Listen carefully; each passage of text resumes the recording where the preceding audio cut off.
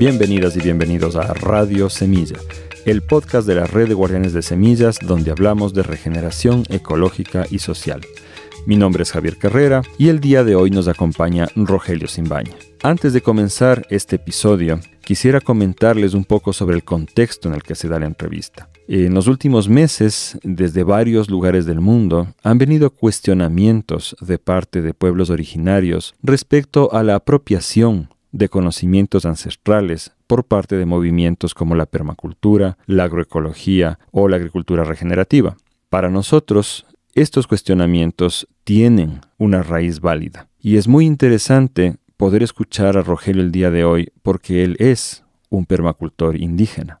Y en este episodio él nos va a relatar cómo llegó a la permacultura, lo que significa para él como indígena y su opinión en general sobre este debate. Adicionalmente, Rogelio está por abrir un curso en nuestra plataforma Madre Semilla, www.madresemilla.com.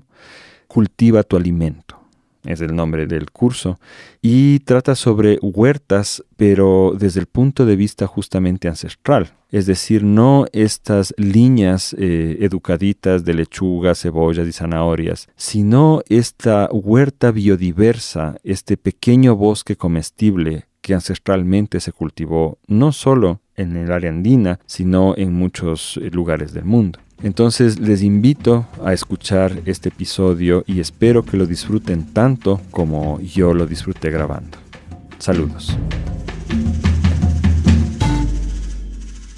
El día de hoy me acompaña Rogelio Simbaña. Rogelio es indígena quitucara nativo del Cerro Ilaló en Tumbaco, Ecuador. Él es el coordinador técnico y el coordinador de empoderamiento campesino en la Red de Guardianes de Semillas. Es además mi compadre y llevamos ya 18 años trabajando juntos. Entonces, por eso yo estoy encargado el día de hoy de hacer esta entrevista porque algo sé ya de su recorrido. Y el tema que nos ocupa hoy es uno que a mí me interesa muchísimo. Es ¿qué significa la permacultura para una persona de raíz ancestral indígena? Porque la permacultura la consideramos algo bastante nuevo, surgió en Australia en los años 70. Sin embargo, las técnicas que la permacultura ocupa, en realidad todas ellas fueron desarrolladas por pueblos ancestrales del mundo. Y en particular aquí en Ecuador, donde estamos nosotros, en los Andes en general, bueno, pues yo casi no he encontrado una técnica permacultural que no haya existido previamente en tiempos prehispánicos. Entonces, un poco vamos a desenredar esta madeja y tenemos pues el gusto de estar con Rogelio el día de hoy. ¿Cómo estás, Rogelio?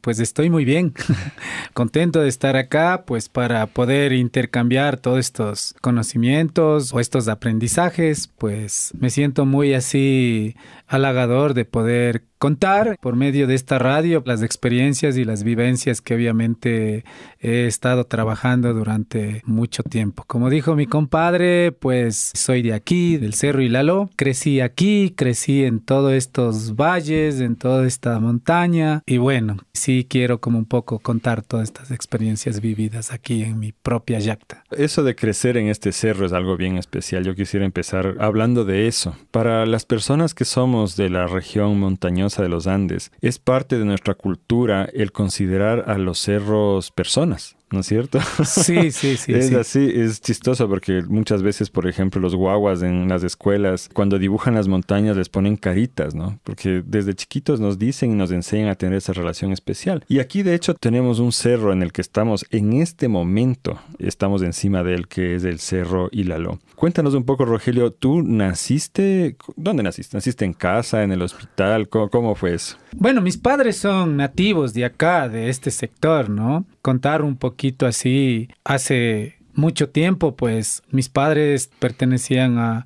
una comunidad, pertenecían a todo un proceso comunitario y obviamente dentro de todo este proceso comunitario se tenía tierras y todo lo demás, animales manejados en comunidad, ¿no? Y pues yo nací justamente en esta comunidad.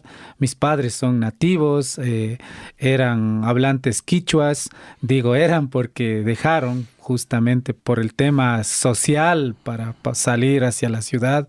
Obviamente tenías que haber dejado tu lengua para poder comunicarte con el resto, ¿no? Con el mestizaje y todo lo demás. Entonces, nací y obviamente yo no nací en un hospital, yo nací en la casa. Mi abuelita y mi abuelo tenían mucho conocimiento de los saberes de la medicina local, ancestral, con todo el tema de hierbas y todo lo demás. Mi abuelo era yacha y mi abuelita era partera de casa, ¿no? Entonces tenía todo un conocimiento sabio para poder dar a luz en la casa, y obviamente yo nací en la casa con toda esta forma cultural de nacimiento, ¿no? Que no usaban ni bisturí ni nada por el estilo, sino todo era de la forma natural, con hierbas, con plantas que obviamente te ayudaban para dar el parto, ¿no? Entonces nací yo en casa, nací rodeado de la familia y obviamente, como decimos, ¿no? Con ese calor humano de la tierra, ¿no? Ahí nací, pues, y eso es, así. Tú me contaste en una ocasión una anécdota que a mí me pareció bien interesante. Yo recuerdo, de hecho, que estábamos dando un taller juntos en Salcedo, aquí en la parte central de la Sierra Ecuatoriana. Y estábamos en una discusión con otras dos personalidades del mundo indígena respecto a la posición de la UNICEF en relación al trabajo infantil. Y ahí ustedes contaron algunas cosas bien interesantes. Y yo me acuerdo que lo que tú contaste, que a mí es lo que más me llamó la atención, era este tema de que no me acuerdo qué edad tenías cuando tu mamá te dijo que ya no podían pagarte la escuela y te dio un par de animalitos. Cuéntanos un poco de esa historia. Bueno, o sea, hoy por hoy la situación es totalmente diferente, ¿no? Y para mí, por ejemplo, eso lo he asumido y lo veo, y siempre comparto yo esto en las comunidades, en cualquier lugar donde yo estoy justamente intercambiando mis conocimientos. Y lo coloco como un tema de la responsabilidad, de ser uno responsable en sí, de ser dedicado, de más que pensar en otros temas, sino de pensar en cómo sobresalir adelante, ¿no? Pero como individuo, ¿no? Entonces, en los tiempos de mis abuelos, que obviamente yo era más pegado con mi abuelito y con mis abuelas. Mis abuelos tenían mucha cantidad de animales, llamas, alpacas, ovejas, sí, ganado, todo. Tenían cabras, tenían cuyes, tenían todos los animales que era de la huerta, ¿no?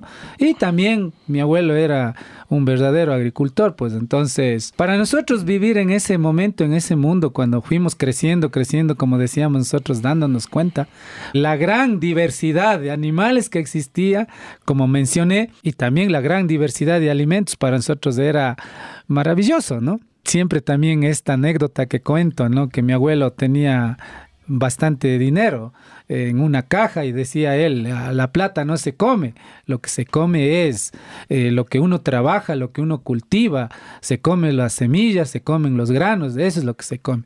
Fui creciendo en ese entorno, en esa filosofía que yo en esos momentos decía, mi abuelo es loco, muy bravo. Entonces llegó a un momento donde yo cumplí como 7 años. Y mi abuelo me entregó un par de llamas, un par de alpacas y un par de cabras. Y me dio un par de cuyes. Entonces él me dijo una palabra así: toma, haz crecer esto, y con esto tú vas a estudiar, con esto tú vas a tener economía, ¿no? Y con esto tú no vas a necesitar ni a tu papá ni a tu mamá, tú mismo vas a tener para cualquier cosa, para comprar tu ropa, para comprar tus zapatos, para lo que tú quieras. Entonces, en esos momentos que te den toda esa responsabilidad de esos animales, era, no sé, como ahora te den, no sé, pues, ¿no? Unos metros de terreno y te digan, a ver, ahí siembra, ¿no? Y claro, tienes que aprenderlo, tienes que saberlo de acuerdo a lo que los abuelos hacían, ¿no? Muchas cosas que uno emprendía trabajo cotidiano, ¿no? Con los animales, con la chacra, con todo eso. Entonces, uno también tocaba copiar o fotocopiar los mismos temas y los mismos trabajos que hacían, ¿no? Entonces yo empecé con eso y llegué a tener un montón de animales. Cabras llegué a tener como 80 más o menos así. Llamas y alpacas llegué a tener así como 20, 30. Cuyes llegué a tener como 60. Entonces todo eso te daba una responsabilidad de ir a pastorearles, de ir a soguearles, de ir a cortar la hierba. Entonces, a mí, ahí siempre decía, ¿no? Era una felicidad para mí y yo no quería ir a la escuela, pues. Yo quería estar más con mis animales, pastándoles y así, ¿no? Pero tocaba ese otro tema de la vivencia, ¿no? De ir a la escuela y todo lo demás, ¿no? Pero era bastante fuerte, diríamos, o sea, recuerdo eso. Era así, ese tipo de responsabilidades que te daban en esos tiempos. De esto que me cuentas hay dos cosas que me llaman muchísimo la atención. La primera es esto que te decía tu abuelo, ¿no? De que la plata no es para comprar comida, que uno no debería comprar comida. Y eso es sabiduría campesina de todo el mundo, ¿no? Básica, o sea, si uno tiene la capacidad de criar la vida y producir alimento, la plata no es para eso. Y la otra cosa que todavía me llama más la atención es, mi hijo cumplió 7 años.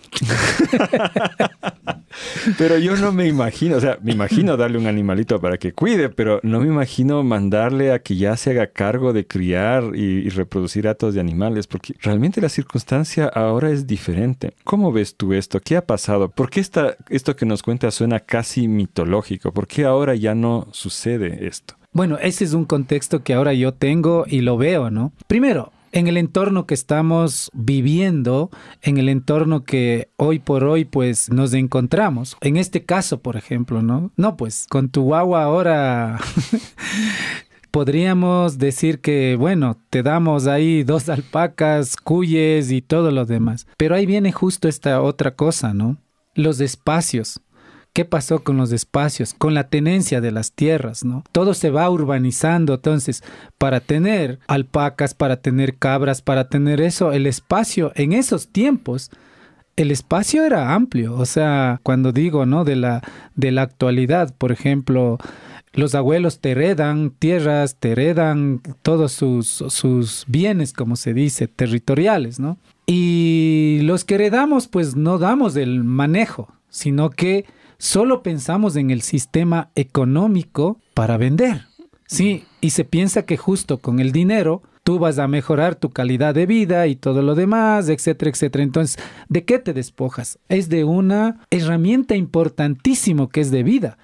Y si eso no existe, obvio, pues ahorita, ¿cómo damos a tu guagua para que tenga 2 cabras, 2 alpacas, si tenemos espacios reducidos y si el cemento ya está encima de nosotros? En este caso, ¿no? Aquí justo donde estamos en el Ilaló, que estamos viendo todas estas cosas, ¿no? Pero claro, si quieres tener responsabilidades, obviamente lo podemos hacer, lo podemos dar, ¿sí? Pero justamente pensando en algo pequeño, ¿no?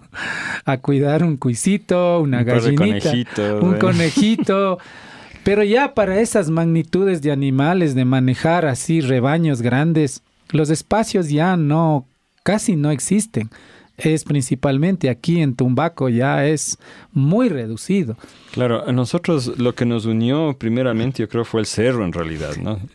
Porque al final crecimos en el mismo cerro y yo en realidad no nací aquí, yo llegué acá a los 5 años me parece. Pero claro, yo mientras crecía tenía todavía esta posibilidad de andar por todo el cerro, ¿no? Yo recuerdo, en primer lugar, no había peligro. A mí a los 9, 10 años de edad me mandaban nomás a jugar afuera y me decían que vuelva cuando se prendan las luces del alumbrado público, ¿no? Que había ahí donde yo vivía.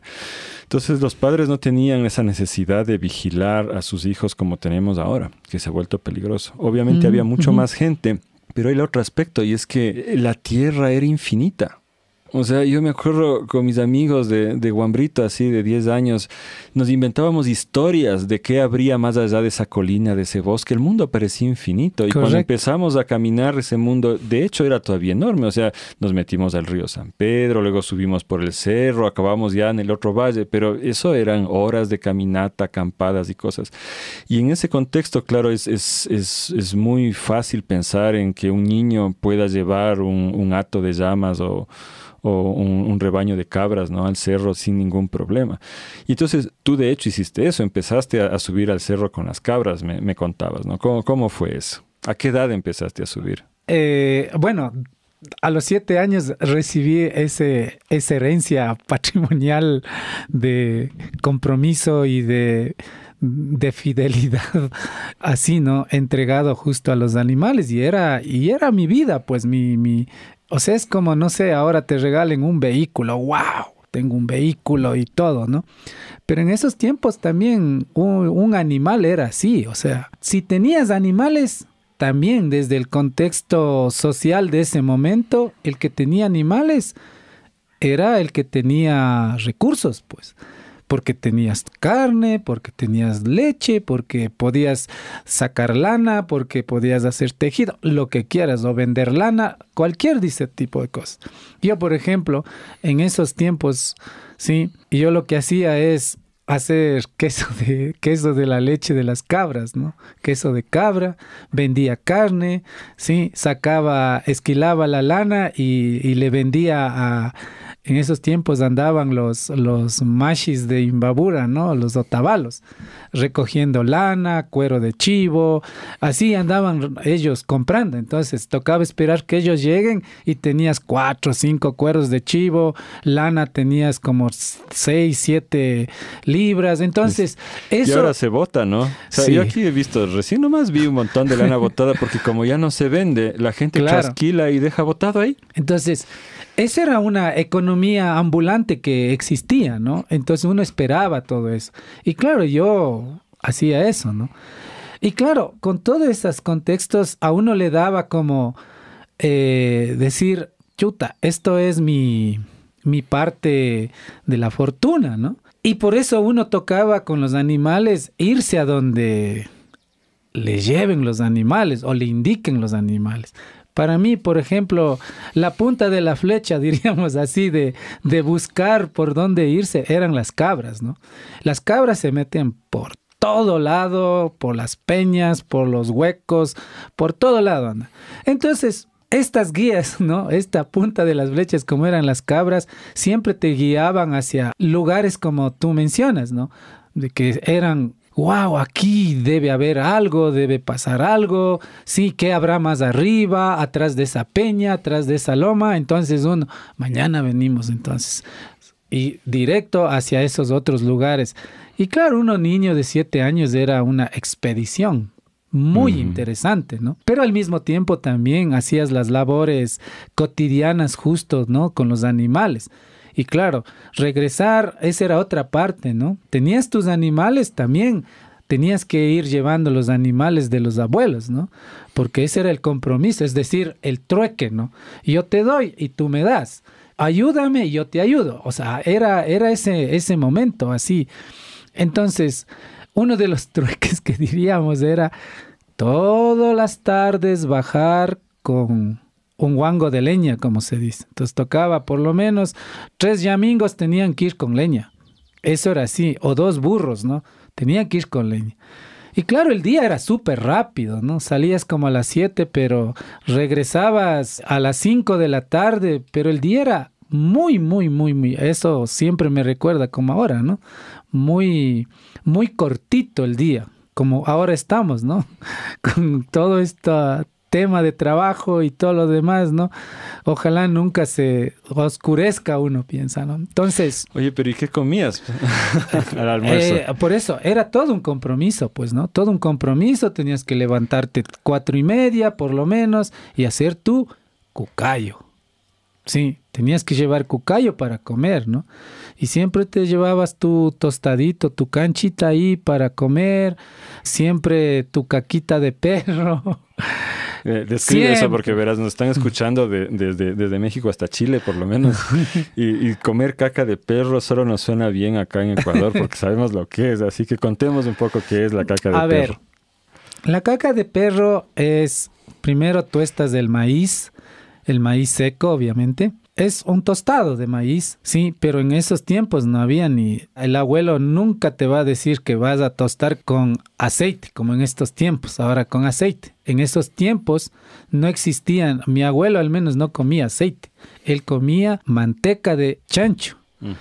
Y tostar con manteca de chancho, eso era como, si no había la autorización de él, no se podía usar. Entonces siempre se usaba el tiesto. Entonces tostabas... O sea, el tiesto es un recipiente plano de cerámica, sí, ¿no? Que en otros sin grasa. Sin grasa, sin nada. Sí, es un plato plano ahí grande, hecho de barro. Entonces eso nosotros le llamamos tiesto. Entonces tostábamos ahí el maíz, o sea, un tostado. Y como estaba caliente, el tostado cuando ya está listo se saca caliente y se tiene la panela ahí listito. ¿Y la panela en polvo o dura? En bloque. Entonces con un cuchillo lo raspabas. Lo raspabas y tenías listo. Estos bloques, para los que no sepan, se hacen después de moler la caña de azúcar. Uh-huh. Se le cocina por bastante tiempo. Se deja enfriar en unos bloques, que era lo que se consumía antes aquí en vez del azúcar, ¿no? Desde la colonia. Entonces le llamamos raspadura porque se consume así raspando con el cuchillo. Uh-huh. Entonces se raspaba la panela y tenías listo. Y luego, como el tostado está caliente, lo ponías ahí, lo mecías. Y claro, la panela se derrite y cuando enfría, se hace como una agrupación de bolitas, ¿no? Igualito como la caca de perro. Claro, porque cuando los perros comen maíz, les asoman los granitos ahí en el popó. ¿No? Sí. Y por eso es tan parecido visualmente que en nuestro particular sentido del humor de acá, le hemos llamado caca de perro esa comida dulce, ¿no? Sí. Pero había otra cosa más interesante, ¿no? Sí, el abuelo que él decía, ¿no? Como su comida en que en el momento donde yo diga, usted tiene acceso a este dulce. Había el dulce de penco. Él hacía dulce de penco. Del ágave, ¿no? Lo que llaman maguey en México. Exactamente. Pero era solo para, como decir, este día es de comer y ese día se comía. Es como golosina, como él decía en estos tiempos, ¿no? Que no era nada golosina. Entonces, nosotros nos robábamos un poquito de esa miel para mezclar en la caca de perro. Y eso te daba una energía que no te imaginas, ¿no? Oh, wow. Quiero probar eso. Puesto un poquito de miel de agave, te daba una energía que es impresionante. Entonces, preparabas todos estos alimentos, ¿no? Sí. Y una de las cosas que también nosotros siempre hacíamos, mi abuelo hacía, y claro, como teníamos animales, por ejemplo, carne nunca nos faltaba. Y como no había refri, el abuelo no tenía refri, entonces nosotros lo que hacíamos es secar la carne, pues. El charqui, secábamos. Y eso nos llevábamos para comer ahí, pues, ¿no? Ya a mediodía, las 11, así. O sea, era súper interesante porque eso te digo, el tiempo no te daba tiempo ni siquiera para comer, según nuestra forma de ver en esos momentos. Porque la expedición tenías que alcanzar a hacer en todo el día porque no sabíamos qué había más allá. Oye, perdona que siga gastronómico, pero ¿y la sed? La sed. Esa es otra cosa, ¿no? Otro tema. Por ejemplo, siempre tenías que hacer pinol de morocho.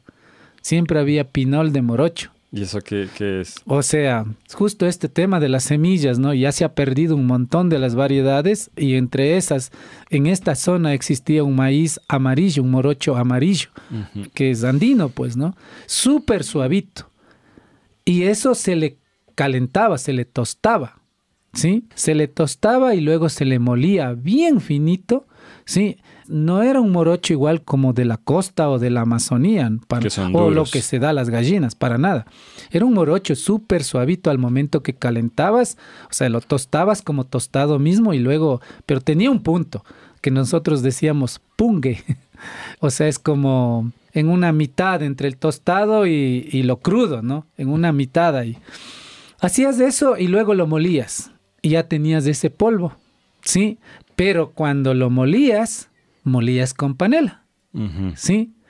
Y eso salía, ¿sí? Y luego asimismo lo enfriabas, luego se pulverizaba, o sea, es decir, ya cuando se enfría se hace polvo. Polvito. Un polvito, como la machica. Uh-huh. Entonces, eso batías en el agua.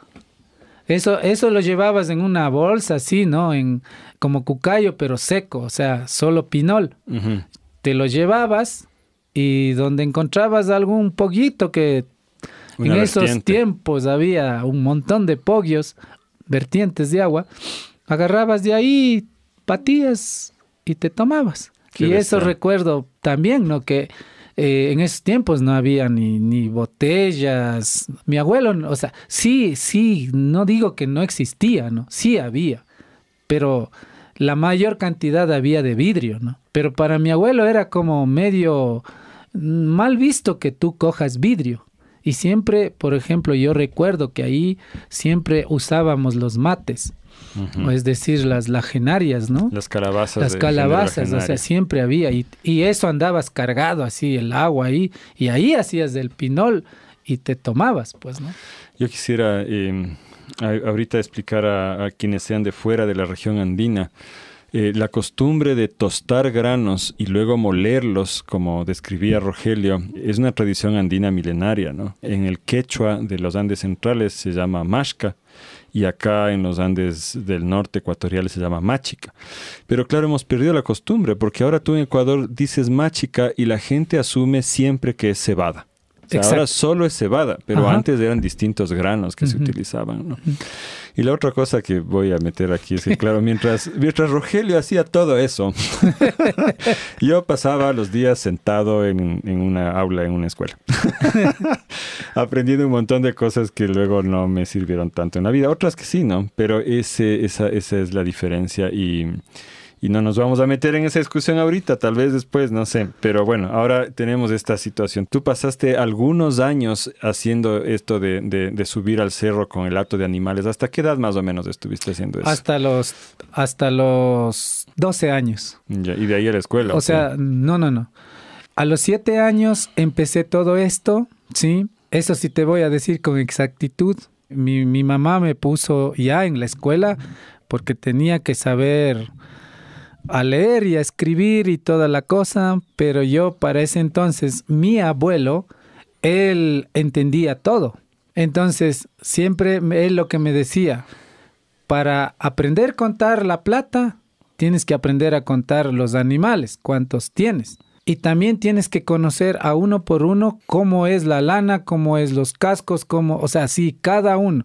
Es decir, como una lectura, ¿no? Y claro, yo ya cumplí 7 años, me dieron esta responsabilidad y me mandaron a la escuela. Y hasta los 6 meses que yo pasé haciendo así como todos los días, yéndome, ya me tocó ir a la escuela. Y ahí sí me entré en una frustración así muy, muy fuerte. Dije, mis animales, ¿qué va a pasar? Sí, ahora estoy viniendo. Y mi mamá decía, no, ándate nomás a la escuela, ya estás en la escuela, tienes que ir a la escuela. Y bueno, ahí vas a aprender otras cosas. Los animales, pues ahí luego nosotros te vemos, vamos a cuidarte, ¿no? Pero para mí era como algo mío, o sea, era, no, eso es mío y yo voy a hacerlo, no tiene nadie en que, o sea, tenía ese concepto, ¿no? Y claro, o sea, me tocó ir y en esos tiempos entrabas a las 7 en puntito y salías a las 12. Era así que ni regresaba yo a ver y ya llegaba, 12:30 estaba en la casa porque mi escuela no era en la ciudad, sino ahí en la comunidad, una escuelita, en donde recibíamos primero, segundo y tercero en la misma aula. Cuarto, quinto y sexto en la misma aula y con una sola profesora dándote todos los grados, ¿no? Entonces, salía de la escuela y corría y llegaba, soltaba mis animales y bueno, en la mañana dejabas el cucayo listo, ¿sí? Y te cogías de eso y te ibas ya al cerro, como decíamos nosotros, ¿no? A pastar los animales hasta las 6, 6:30 y llegaba uno oscuro a la casa. Entonces, eso empezó a ser mi rutina ya. Entonces, a veces cuando no había clases era fabuloso para mí, pues, ¿no? Que no hubiera clase. Y los fines de semana siempre era así. Y así eso fue mi mundo cotidiano ya desde el momento que me tocó ya ir a la escuela hasta los 12 años. Que ya pues, o sea, ya terminé la escuela y ahí ya se acaba todo, como se digo, la historia de mis animales. Ahí se acabó la historia. ¿Qué les pasó a los animales? O sea, yo ya cuando tuve 10 años, yo disminuí el rebaño, tenía como ya el 50% de todo, y de ahí cumplí 12 años, un poco más ya fui también vendiendo, comiéndome. Entonces fui como que un poco separándome, pero sí, lo que sí puedo decir es que durante todo ese tiempo educativo de la escuela, yo nunca pedí a mi mamá para comprarme los útiles, porque en esos tiempos te daban la lista de útiles, un montón de cuadernos y de cosas para comprar, ¿no? Como ahora también, ¿no? Entonces, yo vendía 3, 4 cabras o vendía carne o lo que sea y ya tenía para comprar mis útiles. Entonces, esa era la dinámica y bueno, ya a los 13 años ya me quedé con 5 y bueno, alpacas desaparecieron mucho más antes y era justamente por este tema de los espacios, porque por ejemplo mi abuelo empezó a heredar ya a todos mis tíos y ellos unos vendieron, otros ya, o sea, ya se fue segregando los espacios, entonces ya no había. Y hoy obviamente también ya creciendo en este mundo ya diferente y ya otros intereses. Otros intereses. Oye, y de esta época es esta cosa que me contaste de que leías Huckleberry Finn. Sí, esa es otra locura que... Sí, bueno, yo una de las cosas es que a mí siempre me gustaba, como dije, como la flecha, ir ¿no? apuntando y buscando así estas cosas. Y siempre me motivaba, ¿no? Esto, por ejemplo, justo cuando tenía entre 8 años, 9 años, por ejemplo. Bueno, la primera cosa, por ejemplo, cuando yo llegué a la cima del Ilaló, pues, ¿no? Llegué a la cima del Ilaló y yo quería ver qué es lo que había en el Ilaló, porque realmente en esos tiempos todavía bajaba agua del Ilaló para la hacienda de la Tola. Entonces íbamos siguiendo la sequía para ver de dónde viene. Y obviamente venía de unas vertientes que hoy prácticamente ya no existe. Se secaron. Se secaron justamente porque el bosque de ahí se desapareció. Fue tan chistoso porque me quedé como 3 días ahí a dormir, muy loco, porque supuestamente yo decía, creo que aquí hay indios, ¿no? Sí, eso es lo que me acordaba. Indios. Y claro, ¿por qué pensé eso? Porque mi papá, sí, justo en esa edad, él no sé de dónde se consiguió una televisión y me dejó ver una vesita a la televisión, ¿sí? Y yo alcancé a ver un programa donde había indios, o sea, del norte, ¿no? Ajá. Apaches y todo, ¿no? Entonces, yo pensaba que justamente también aquí debe haber eso, ¿no? Muy loco. Entonces vi una chimenea de humo, pues, ahí cerca del bosque. Entonces yo dije, de ley hay eso aquí. Por eso es que hay humo, porque en todo esto lleno de bosque no hay nada, ¿sí? Ni personas. Aquí debe haber estas personas. Una tribu de apaches esperabas encontrar ahí. Y no, pues, no le encontré ni la tribu de apaches, no vi nada, sí, no vi a ninguna persona y ni siquiera logré ver de dónde salía el humo, pero ya me cogió la noche y me tocó ahí hacer una chocita y ahí por eso también recuerdo, ¿no? Los animales se juntan, pues, donde hay buena energía, donde es el espacio justamente para dormir. Y yo me metí ahí dentro de los animales, ahí hice una chocita con unos palitos y ahí y seguí los 3 días ahí pensando encontrar a los indios y nunca encontré. Fue muy loco. Y me regresé. Pero ahí yo tengo una pregunta complicada. ¿Cuál era tu concepción respecto a tu propia identidad en relación a eso? ¿Tú decías, son mis hermanos indios del norte o cómo era la cuestión? Ya, la cosa era que una de las cosas que me hacía pensar justamente es porque mi abuelo era indígena, pues. Y como decía, él era yachag y todo, hablaba, ¿no? Con su lengua y todo lo demás.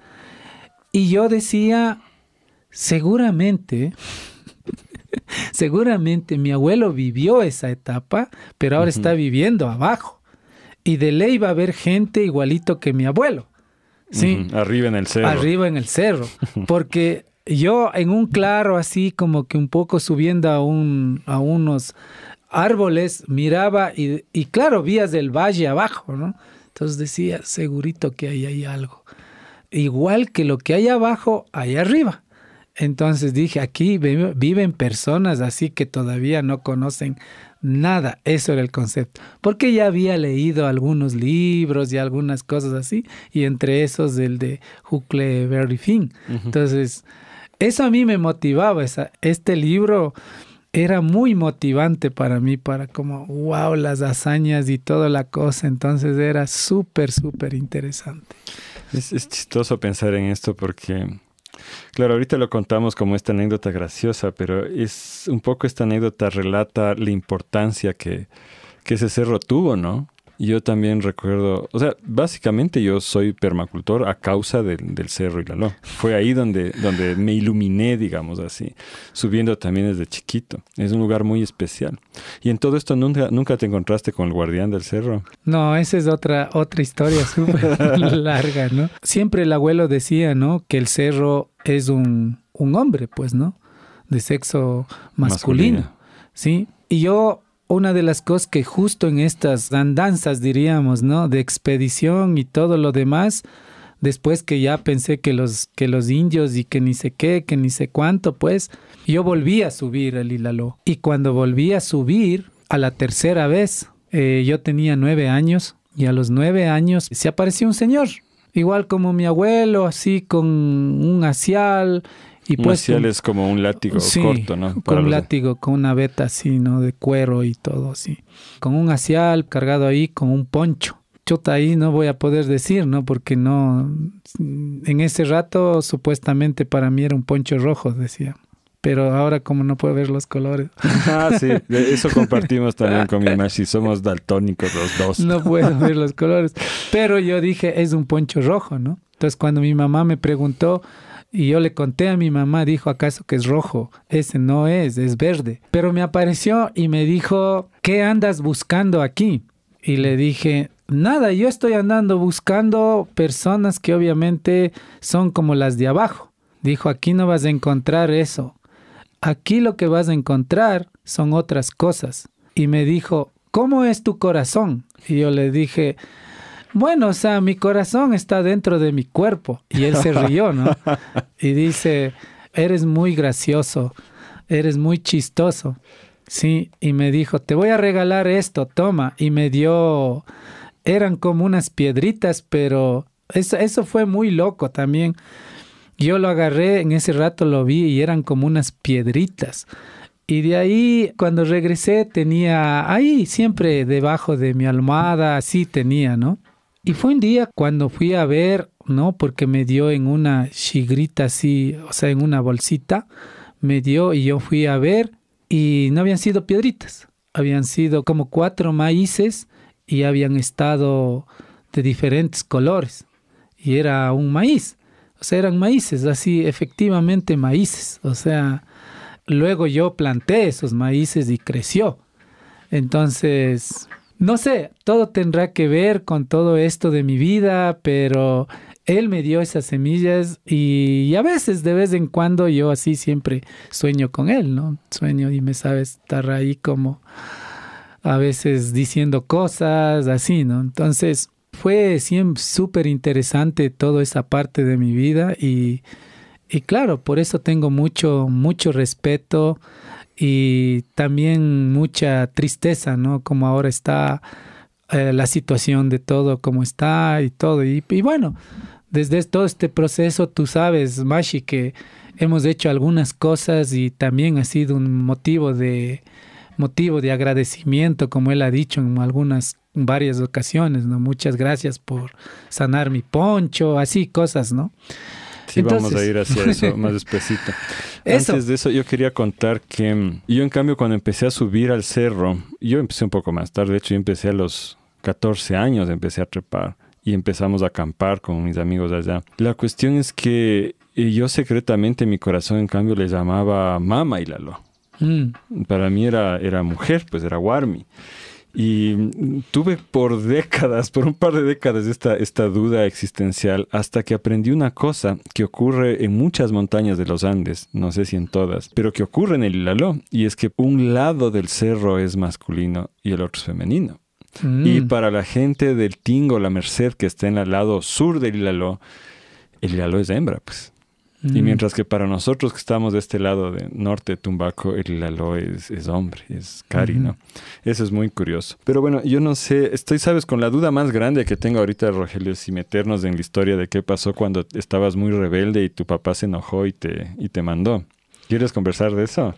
A ver, y te me llevó mandó ¿a dónde? A la conscripción. O sea, más que hablar de la conscripción, hablar de lo que pasó ahí, ¿no? Porque tú estabas acabando, creo, ya tu conscripción. Cuéntanos qué es lo que sucedió. Sí. Bueno, un poquito rápido así para ir, ¿no? Yo dejé los animales a los 13 años. Para mí fue un golpe muy fuerte. Y dejé justamente por mi papá, porque me dijo, ya tú vente acá. Mi papá es constructor, ¿no? Maestro. Y me llevó a construir y para mí fue bastante fatal eso, dejar mis animales y cambiar por ir a batir cemento, a ser oficial, ¿no? Y era fuerte, muy fuerte. Estamos hablando de albañilería ya moderna, o sea, no hablamos de arquitectura tradicional, sino bloque de cemento. Entonces pasó todo eso y mientras trabajaba yo estudiaba en la noche y bueno, ya pues en la adolescencia y todo lo demás empecé a hacer cosas, sí, entre esas como salir con amigos y todo lo demás. Y claro, los amigos también no es que todos son buenos, ¿no? Y claro, estaba muy rebelde, había empezado a tomar y bueno, iba a cumplir 18 años y mi papá dijo, ya estás en malos pasos, como todos los padres, estás en malos pasos y ándate al cuartel. Y claro, mi mamá no quería que me vaya. Y bueno, empecé todo eso, pues, y me fui al cuartel. Me fui al cuartel y me dije, ojalá me lleven al lugar más donde no pueda volver. Y así fue, ¿no? Todo el drama. Todo el drama y todo lo demás, toda esta parte del ejército, que esa es otra historia, como siempre digo, en una cosa es contarlo y otra es vivirlo. Toda una instrucción militar, en esos tiempos fue 1 año, 12 meses y 8 días tenía que cumplir y ya estuve a punto de salir. Faltaba 3 días para salir. Yo había llamado a mi mamá y ya estoy yéndome y todo lo demás. Y dijo, qué bueno. Cuando en la tarde nos dijeron, nadie puede irse. Nadie puede irse porque el Ecuador ya está en guerra casi 2 semanas. Por lo tanto, ustedes tienen que irse a la frontera. Y eso fue una cosa súper loca, ¿no? Así como, qué chévere, nos vamos a la guerra, qué bacán, y vamos a matar gente y que ni sé qué. Y claro, sabemos toda esa movida y todo así, todo muy hermoso, supuestamente. Y claro, nos llevaron y todo lo demás, pero yo dentro del ejército nos habían llevado, o sea, yo hice lo que es un curso de subteniente de reserva. Yo así me estaba yendo a salir de la conscripción, ¿no? Con ese grado de subteniente de reserva. Y nos fuimos disque a la guerra todos, ¿no? Diciendo, muy, muy chistoso todo eso, ¿no? Diciendo, llevamos esto. No llevemos, como que nos íbamos a turistear, ¿no? Viajamos, nos sacaron de donde estuvimos, del batallón y todo, nos llevaron en helicóptero, llegamos hasta Patuca y todo lo demás, pero eso era otra cosa, otro mundo. Yo que estaba en el ejército me asombré de lo que existía, de la gran magnitud de armamento, de vehículos de todo tipo, ¿no? Y bueno, cuando llegué allá, yo había estado en el arma de ingeniería, una cosa súper interesante que hoy por hoy pues a mí me sirvió muchísimo cuando conocí permacultura y todo lo demás. Sí, leer cartas topográficas, todo, maquinaria pesada, todo eso, hacer puentes, sembrar minas, todo eso se entiende dentro de la arma de ingeniería, ¿no? Llegué allá y obviamente como estaba justo en este proceso de cambiar totalmente hacia otro modelo, es decir, del ejército. Era impresionante, pues. Y bueno, llegamos y todo, nos dijeron ustedes ahorita de hoy en adelante ya no son reservistas, ahora son ustedes oficiales del ejército. Toda una ceremonia ahí rapidito que hicieron y nos dieron la nueva dotación y obviamente ya teníamos las estrellitas correspondientes como todo oficial del ejército. Y yo empecé a comandar una patrulla de lo que se llama de diagnóstico, ¿no? Una patrulla que tenía que ir a ver cuántos murieron del un lado, del otro lado, qué tipo de armamento usaron, sí, o sea, todo, la dotación, cómo fueron muertos y todo esto.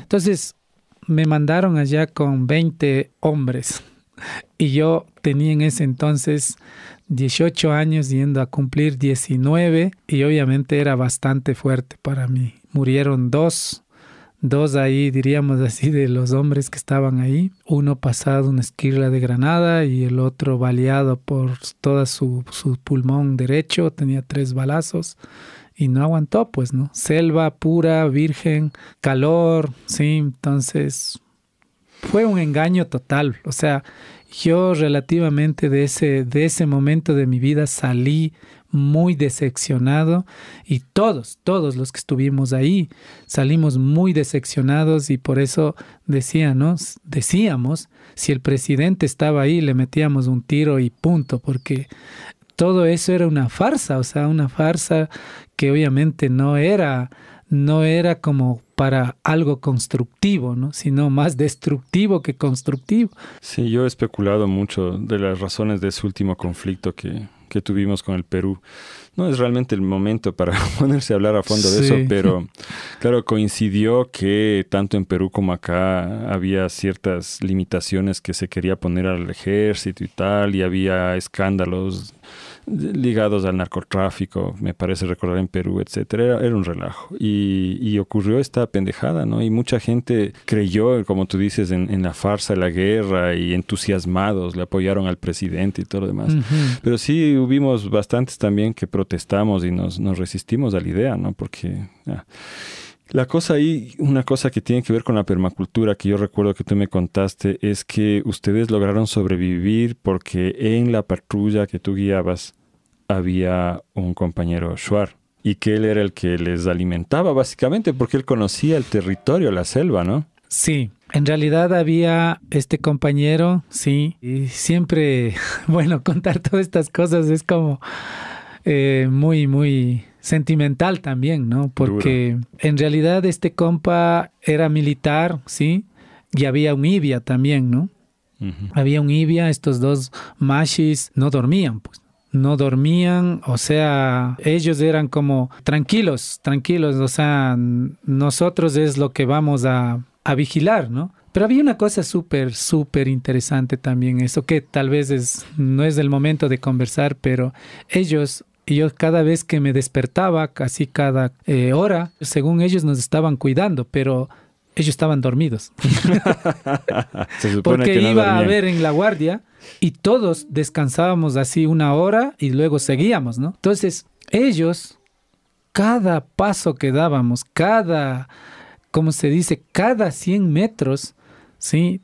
Decían, esto es para esto no toquen, esto, o sea, esto es para comer, esto es para sanar. Toda planta tenía una importancia que uno decía, ¿será? Y claro, la comida que llevamos, obviamente sí nos dieron comida, pero era más municiones lo que se habla, ¿no? En el ejército, es decir, granadas, cartuchos, todo eso era la mochila lleno, pero la comida era menos, ¿sí? Eran unas latitas así como de sardina, de atún, sí, con papitas, con carne y todo era gringo, ¿no? Todo era gringo y esa comida nos duró, si me acuerdo bien, pues 5 días. Y el resto de los días ya ahí sí como sobrevivas. Y de hecho, ¿no? En la guerra, pues obviamente tienes que sobrevivir, pues, ¿no? Y estos mashis, pues, eran impresionantes. Te traían unos cogollos grandotes así, ¿no? O sea, bueno, yo como era oficial del ejército, yo es como comandaba, pues obviamente decía permiso a mi teniente para buscar comida. Dale. Te traían unos cogollos grandes de palmas, ¿no? Te partían y te daban, unos que sacaban solo de la mitad y otros sí como los palmitos. Y claro, en la guerra no tienes que hacer fuego, pues. Y a comer, ¿sí? Comer pescado crudo, comer el animal que hayas cazado, pues así simplemente hacían unas fogatas como horno interno, ¿no? Que los manes sabían. Y claro, y nosotros sí. Nos prepararon para la guerra, pero no sabías hacer esas cosas. Eso era loco. Necesitabas. O sea, sin ellos fósforo. No hubieran sobrevivido. Pues. Obviamente. Y por eso una de las cosas que justo desde esa guerra, por ejemplo, nació lo que se llaman los demonios de la selva, ¿no? Que son todos los machis que son de las nacionalidades de ahí, de la Amazonía, pues, y formaron un ejército. Y de verdad, en todas las patrullas, en todas las líneas de fuego que estaban, habían por lo menos 2 o 3 nativos en el campo militar. Entonces, es tan loco, ¿no? Que el bosque no es una cosa como ahora nosotros o la humanidad cree que no existe comida. El bosque realmente es por ejemplo, como decían los machis, y esto nunca me olvido, y a veces me salen estas palabras cuando estoy compartiendo, ¿no? Los cursos de permacultura y les digo, ¿no? Los bosques son campos minados de comida. O sea, hay comida por todo lado. Si no es por una cosa, por un árbol hay por el otro árbol y por el otro. Si no son frutos, son cogollos. Si no son cogollos, son hojas. Si no son hojas, son lianas. O sea, raíces, animales. No hay nada. Y animales para completar, ¿no? Entonces, fue una experiencia muy, muy...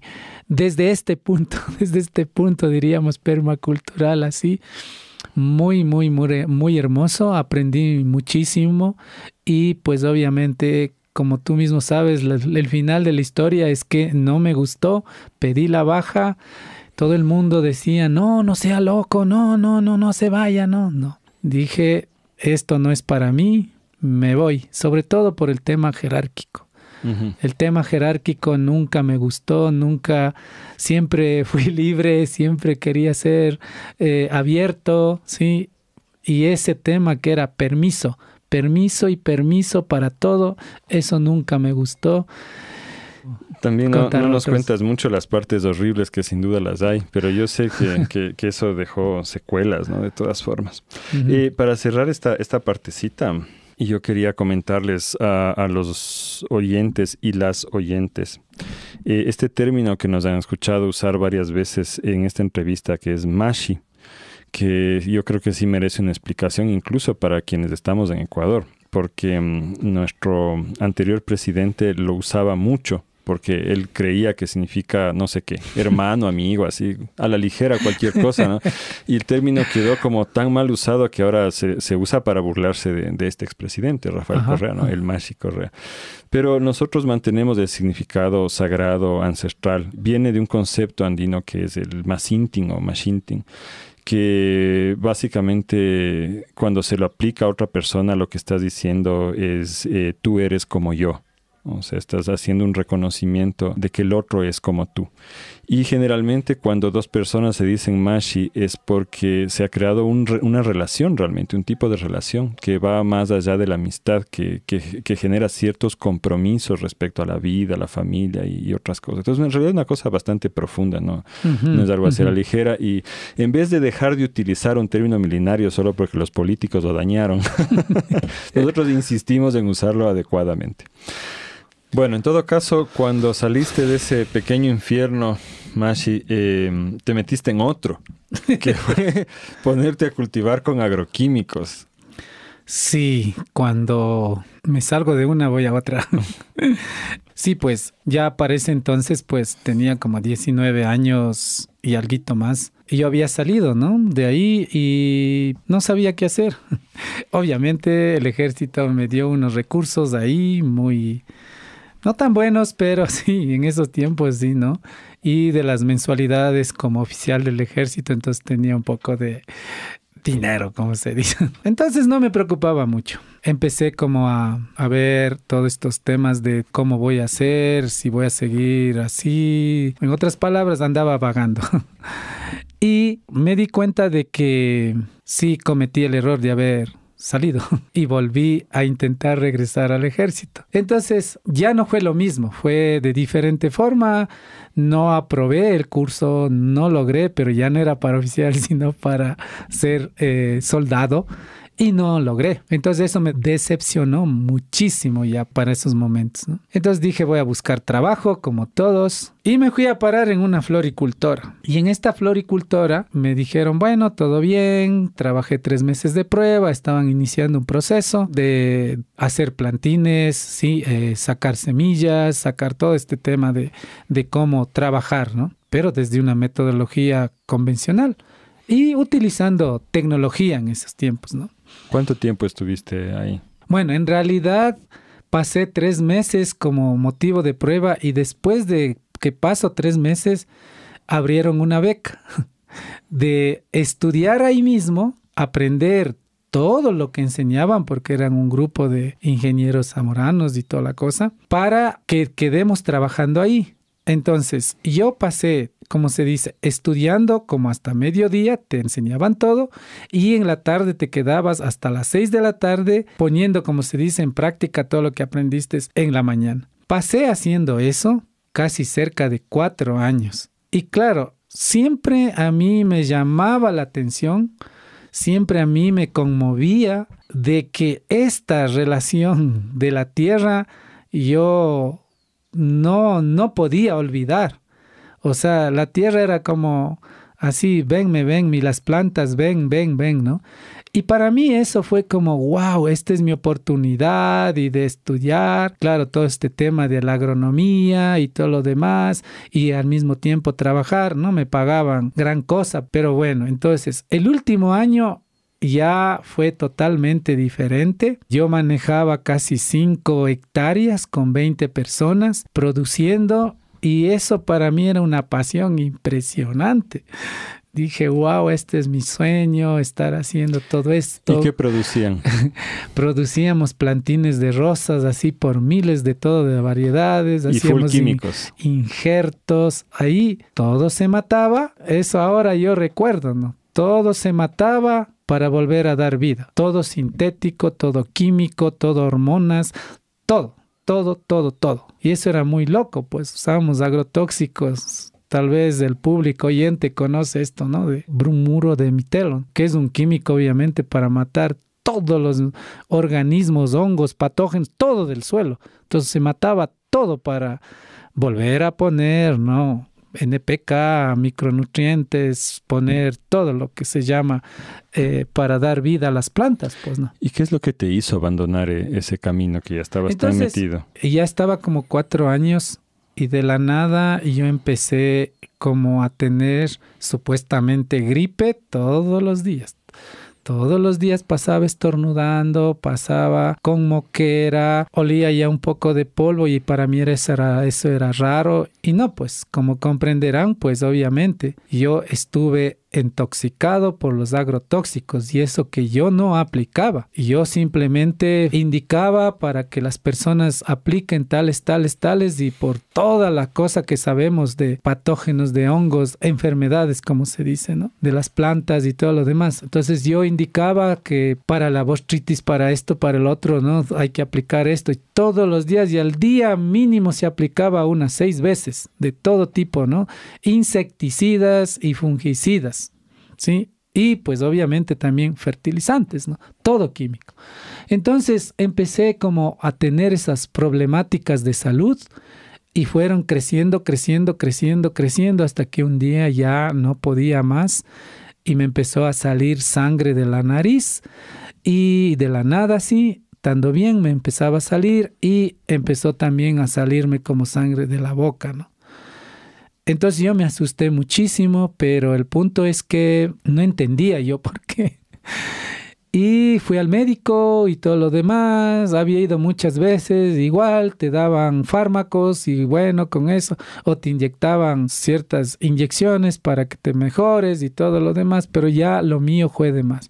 Hasta cuando él me dijo, hay que hacerle un análisis, hay que hacerle un estudio a usted. Entonces me llevó, me hizo unos exámenes, me hicieron todo y el doctor dijo, voy a hacerle directo, si es que usted de aquí no se va, usted lo que va a salir de aquí es en una caja. Ahí sí decida nomás usted y vea qué es lo que va a hacer. Y el mismo doctor de la empresa, ¿no? O de donde estuve trabajando. Y vea, dijo, yo para serle honesto, la empresa no le va a reconocer nada. Y no es la primera persona que le pasa esto. Usted conoce lo que otras personas de aquí ya fallecieron. Entonces, usted elija si quiere salir en caja o puede salir por esa puerta y aunque sea $1 le han de dar. Váyase, pida la renuncia y váyase. Otra vez otra renuncia en la vida. Y para mí fue muy frustrante, así muy frustrante porque sí era como, wow, he conseguido todo, he logrado todo y ahora que me digan así que me vaya y además estoy enfermo, que voy a estar como en el camino del cáncer y todo lo demás. Me frustré fatal y con el dolor del alma, como dicen, pues me salí.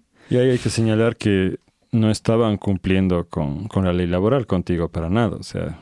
Para nada. Y obviamente yo ya había estado 3 años sin un sueldo, sin nada, por la supuesta beca y que ya nos iban a dar una titulación, etcétera, etcétera.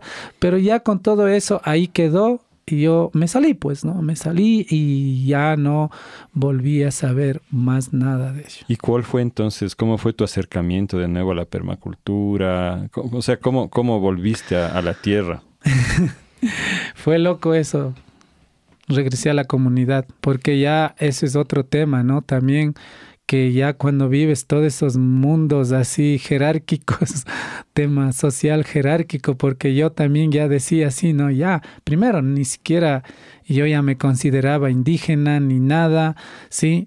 Y por todas estas cosas me tocó volver a la comunidad. Y cuando volví a la comunidad, empecé a trabajar justamente para la comunidad en un vivero forestal, un proyecto de una ONG que se llamaba Regeneración del Ecosistema del Ilaló. Y a mí me parecía, como decíamos en esos ratos, ¿no? Todo era medio raro, sí, de estar sembrando árboles nativos. O sea, yo estaba metido todo un cuadro de finanzas productivas, ¿no? De hacer invernaderos, o sea, producir con químicos prácticamente. Esa era la cosa.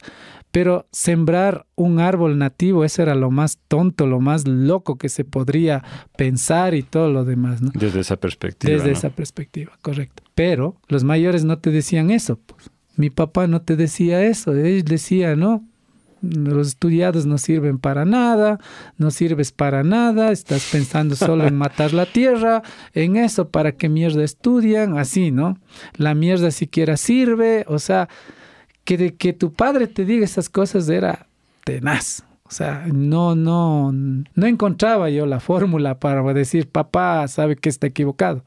Nada para él servía de lo que yo pensaba. Y claro, todo lo que yo pensaba era full convencional, químicos, ¿no? Fue tanto así que un día, pues, mi padre me dijo, toma estas semillas de tomate, siembra en una bolsa y ahí se pone todo lo que es de los animales. Entonces yo le dije, no funciona así, hay que ponerle NPK, hay que poner esto, pero hay que ir a comprar. Y como menciono, ¿no? Siempre te hablaba, siempre te decía cosas que realmente te ofendían, pues. Y no pegaba una con mi papi, ¿no? No pegaba una y bueno, hice lo que él decía. Un día vino agarrado un balde con un poco de estiércol, de cuy, y dijo, esto vas a poner a los tomates y verás cómo va a crecer. Y obviamente fue impresionante y dije, wow, esto de verdad que sí vale, la mierda sí vale. Y ahí me fui como enamorando de esa situación, de todo eso. Dije, voy a intentar con otra cosa y obviamente estaba trabajando para la comunidad. Y bueno, creo que en esa parte ya llegas tú, Mashi. Estaba en un centro ahí haciendo toda esta producción de árboles, me encantó muchísimo, muchísimo, muchísimo. Me conecté más con la tierra de una forma limpia, amigable, con respeto, con todo eso. Y claro, tú no habías llegado todavía, pero semanas antes creo que llegó el Jeff, como recordarás. Compañero Jeff Michan. Sí, y él me dijo, Mashi, ¿dónde estudiaste permacultura? Y eso fue como, ¿qué está diciendo? O sea, ¿qué es esto? Y yo le dije... ¿Qué palabra es esta? Sí, y le dije, no, yo no he estudiado. Y siempre era así, no, yo estudié como agronomía, sé de eso. O sea, tal vez habrá otra parte de ese mismo campo, he pensado. Pero tú estabas ya rescatando los conocimientos. Sí, yo para eso ya había cruzado ya un año de haber estado ya enamorado justamente de todo este tema, ¿no?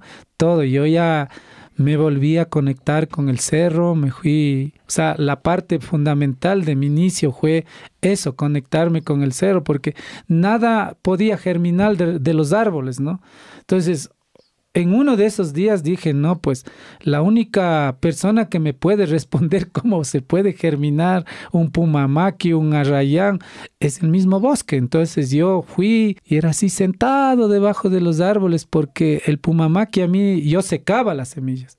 Y el pumamaqui decía, claro, pensaba que como todas las semillas hay que secar, pero nada que ver, pues. Dije, pero yo sé, en el bosque cómo crece, tengo que ir a ver. Entonces pasaba sentado ahí unas horas y horas hasta que ver qué pasa, ¿no? Y hasta cuando caía una caquita de un pájaro y tú veías que en la caquita del pájaro estaba la semilla de pumamaqui. Y ahí era como, wow, entonces esto se moja y mirando a los alrededores del arbolito, habían unos que estaban germinando.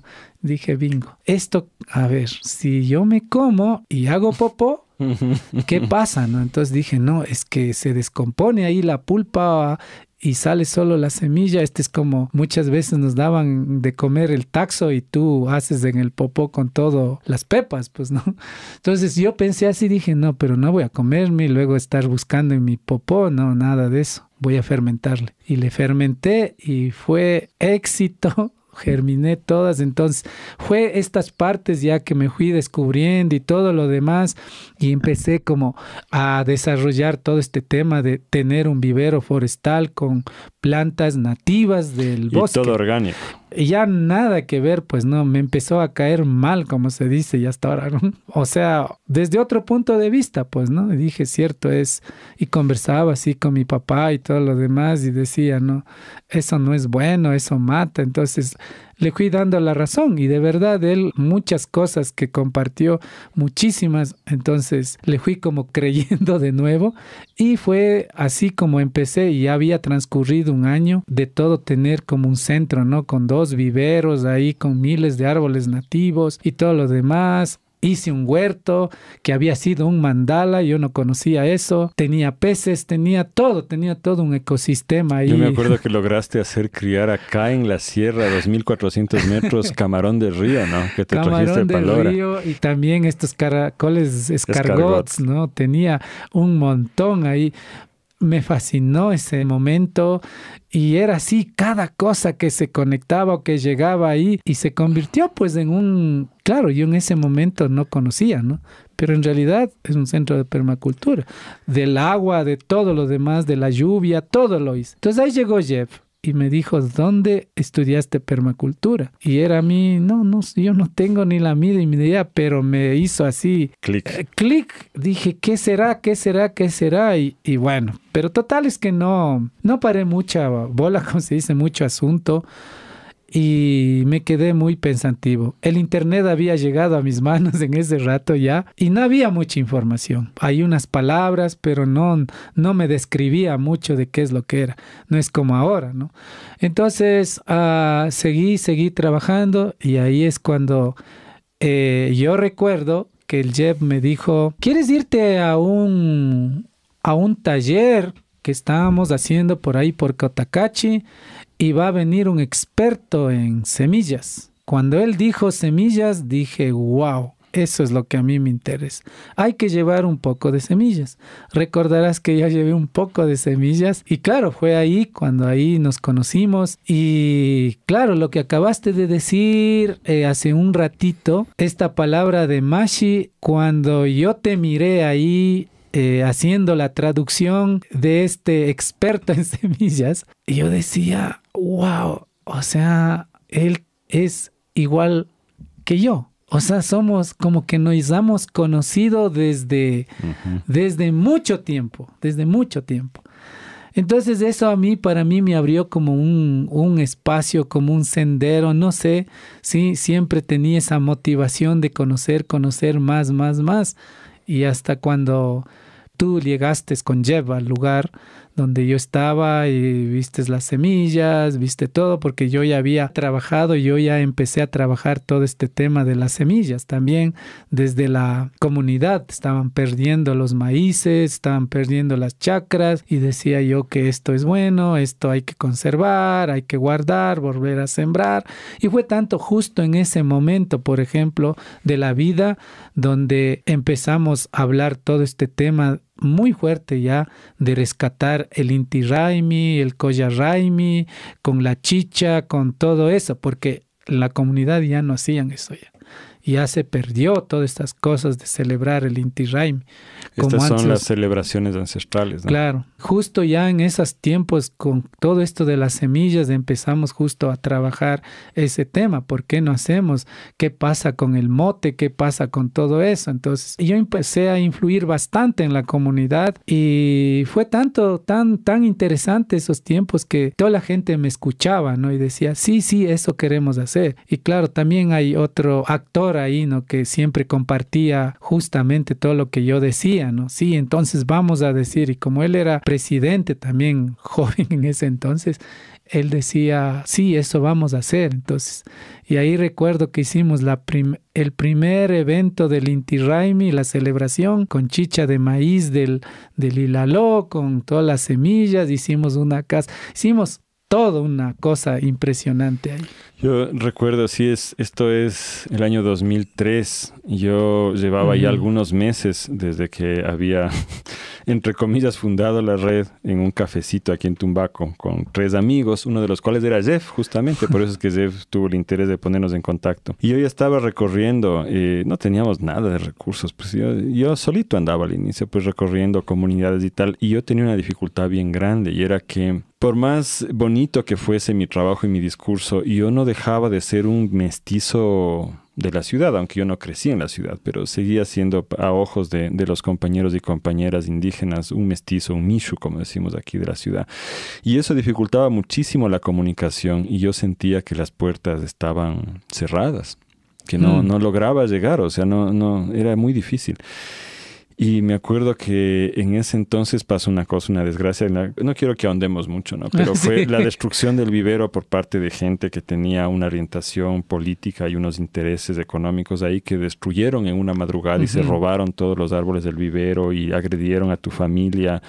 Fue una cosa muy fuerte, ¿no?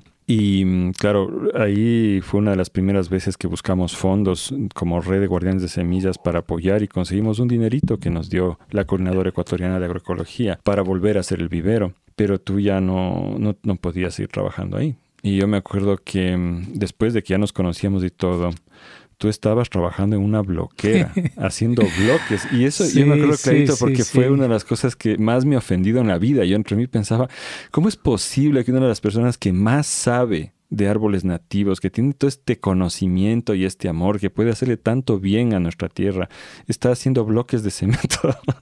Y ahí fue cuando conseguimos el primer sueldo que salió de la red de Guardianes de Semillas, justamente para que tú puedas salir de la bloquera y dedicarte a acompañarnos. Y lo que fue extraordinario fue que, claro, cuando empezamos a ir a las comunidades, te acordarás que íbamos Fernanda, mi actual esposa, y tú y yo íbamos en bus, pues, y en camioneta y a pie, y como se podía, donde sea, y casi sin dinero, ¿no? Pero cuando llegábamos a las comunidades era diferente. yo me ponía ya a un lado y tú salías a conversar con los compañeros, a dar el taller y claro, ellos escuchaban. Porque además yo ahí me di cuenta de una cosa que era bien especial. Ellos les asombraba ver a uno de ellos. En vez del típico ingeniero de zapatito limpio que viene de la ciudad, ¿no es cierto? Venía uno de ellos y venía además a hablar de lo ancestral propio. Yo en ese entonces me reía y decía que nuestra principal labor de nosotros tres era ser una especie de porristas de las semillas y el alimento. Así básicamente íbamos allá como a entusiasmarle a la gente y la gente respondía, se entusiasmaba y querían rescatar las semillas ancestrales y tal. Entonces desde ahí yo diría que esa alianza que hemos constituido entre las dos familias, este puente entre culturas, ¿no? Porque Fernanda y yo a la final, bueno, yo no fui a la universidad, Fernanda sí, pero representamos todo ese mundo occidental que quiere acercarse hacia el mundo indígena, pero también del lado de ustedes, de tú y tu esposa Marta, ha habido ese interés de ser lo ancestral, pero también acercarse hacia el futuro, hacia la ciencia, hacia qué hay más allá, y ahí se ha construido un puente, y en el medio de ese puente es donde llevamos ya 18 años habitando, y ese ha sido uno de los motores más importantes de desarrollo de la red nuestra, ¿no? Que está justamente en esa interculturalidad. Entonces, sí, me acuerdo mucho de esa época, y claro, volvimos a hacer el vivero y ahí yo ya me meto en la historia también porque, bueno, llegamos a hacer cabildos y todo, ¿no? Llegamos a conseguir recursos y todo. Y tú iniciaste un proceso que la comunidad acogió de reforestar este cerro. Por eso decías lo que el Taita Ilaló agradeció, ¿no? Porque le han compuesto el poncho, creo que dijiste. Sí. Si no me equivoco, con esas labores que se hicieron, más o menos, ¿cuántos árboles nativos? Primero, árboles salidos del bosque mismo, reproducidos con técnicas ancestrales y técnicas que tú descubriste, como lo que describiste en Pumamaki, en el vivero de la comuna. Más o menos, ¿cuántos árboles llegamos a sembrar? Bueno, en esos tiempos sembrados, plantados, diríamos que quedó hasta el 2004, que iniciamos todo el proceso. Y luego de eso, pues, que seguimos trabajando hasta el año 2005, ya todo el trabajo que habíamos hecho ya como red, dejamos sembrados 160,000 árboles. Y dentro de todo esto también, bueno, yo había empezado también otros procesos, ¿no? De lo que ahora llamamos regeneración, ¿no? Como en la parte más alta, como 3 hectáreas, porque luego de que ya me dijeron la permacultura y un poco empecé a investigar y recuerdo que el primer librito que me compartió Jeb fue del de Fukuoka, ¿no? Entonces me iluminó así como, wow, se puede hacer esto, ¿no? De hacer las bolitas y todo lo demás. Las bolitas de arcilla, caca y semillas. Entonces yo hice justamente esta técnica para reforestar o devolver el bosque en 3 hectáreas. Hoy por hoy ese lugar ya es impenetrable, o sea, no puedes entrar, o sea, como tú mismo conoces, ¿no? Es muy loco porque hoy por hoy sí, todavía siguen como con esta propuesta de seguir reforestando, de seguir haciendo, pero yo creo que hay otra cosa súper importante, hacerlo de corazón, no hacerlo por un interés. Sí, es que estamos haciendo, ¿no? Porque siguen haciendo los gas parroquiales, siguen haciendo, no sembra un árbol que ni sé qué por acá. Pero mira, todo les muere. Eso es verdad. O sea, de hecho yo recuerdo una discusión con un técnico del municipio que decía que ellos prefieren sembrar con eucalipto, pino, porque ahí tiene una supervivencia alta, mientras que con plantas nativas tiene una supervivencia menor al 20%. Pero a nosotros sobrevivía 80%, más del 80%, sí. Entonces hicimos todo este trabajo y sí, como 160,000 árboles, como digo, al inicio con el trabajo, digamos, de la comunidad, pero después también ya con recursos que obviamente la red empezó a desarrollar todos estos trabajos. Y claro, o sea, siempre fue desde un tema así. Para mí, por ejemplo, siempre era un tema de agradecimiento por que me permita el cerro de devolver su poncho, como lo mencioné antes, ¿no? Y tal vez esa es una conexión que existe, ¿no? Sí, he estado un poco hoy por hoy alejado, sí, después también de haber hecho algunos otros trabajos, como el tema del agua, sistemas de bosque comestible y catacochas y todo. Estoy en eso, pero para mí el cerro ha sido una motivación, una inspiración bastante fuerte. Lo que sí digo también es, para mí el cerro ha sido también una universidad, ¿no? El bosque, los árboles, todo, o sea, ha habido una conexión bastante fuerte para mí dentro de todo este proceso que yo llevo desarrollando. Así es. Luego, brevemente, te fuiste al Brasil a unos meses, no me acuerdo cuántos, y cuando volviste tenías acento brasileño, entonces ahí eras Rogério en vez de Rogelio. Allá fuiste a estudiar permacultura. Sí, fui a hacer la coversidad. Y ahí recuerdo que llegó Bill Mollison, ¿no? Y decía, la permacultura es una herramienta milenaria que se puso en un libro y eso, como permacultores, hay que devolver a las comunidades porque va a haber un momento donde sea todo esto un caos y ahí hay que devolver. Y yo siempre me pasaba pensando, ¿no? ¿Por qué él decía así? Y fue tan loco porque logré entender eso cuando nos llevaron hasta Uruguay para aprender lo que era agricultura biodinámica. Y ahí, pues obviamente habían hecho todo lo que mi abuelo nos hacía hacer a nosotros, ¿no? De poner la mierda en los cachos y dije, ahora entiendo por qué este man decía así, por qué él hablaba que esto es un conocimiento de los ancestros. Ya yo había vivido, ya había caminado un buen tiempo, pero todavía no le cachaba bien qué era la permacultura, ¿no? Pero cuando pasó todo esto y empecé a contar justo esto de la biodinámica y todo lo demás, de lo que el abuelo hacía, de las hierbas y todo lo, dijo, ¿en serio? Claro, ahí si me permites explicar un poquito esto, ¿no? En la biodinámica se usan ciertas recetas, una de ellas muy famosa, el abono 500 creo que se llama. Ajá, consiste en 501, en meter mierda fresca de vaca en cachos de vaca y enterrar durante un tiempo para que se biodinamice. Y lo que Rogelio está contándonos es que para quienes aprenden biodinámica, la gente cree que el fundador de la biodinámica, que es Rudolf Steiner, fue quien inventó estas fórmulas. Y yo también creía eso hasta que tú me dijiste que tu abuelo hacía eso.